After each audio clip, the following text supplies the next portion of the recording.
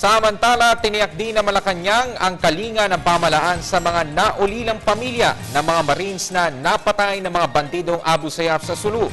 Samantala, kinunda rin ng palasyo ang panibagong pag-atake ng mga rebeldeng NPA sa probinsya ng Cagayan na ikinasawi ng 7 pulis. Si Elena Luna nag-uulat. Tatanggap ng pagkalinga ng gobyerno ang mga naulilang pamilya ng mga nasawing Marines sa Sulu. Makaka-receive po kung may asawa na po sila, yung kanilang may bahay na naiwan, makukuha po yung kanilang pension at kung wala naman ho doon ho sa magulang mapupunta. Pangalawa, meron din po silang educational assistance na matatanggap. Po yung naiwang mga anak, makakatanggap po ng scholarship sa kolehiyo.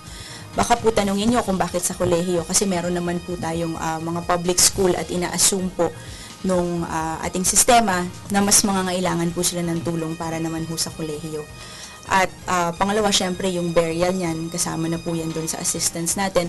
At meron pong cash assistance in varying amounts. Kasama na po doon yung mga nagiging contributions nila doon sa iba't ibang financial institutions within the military. 2 araw matapos masawi ang mga sundalo, inambush naman ng grupo ng PNP Special Action Force sa Cagayan. 7 ang kumpirmadong patay sa pag-atake ng NPA.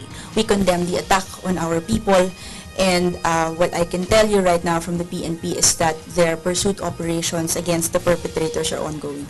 Sa press briefing, ipinaabot ng palasyo ang pakikiramay sa mga naulila at tiniyak rin ang tulong sa kanilang pamilya. Muli, pinapaabot natin yung ating taus-pusong pakikiramay doon sa kanilang mga pamilya.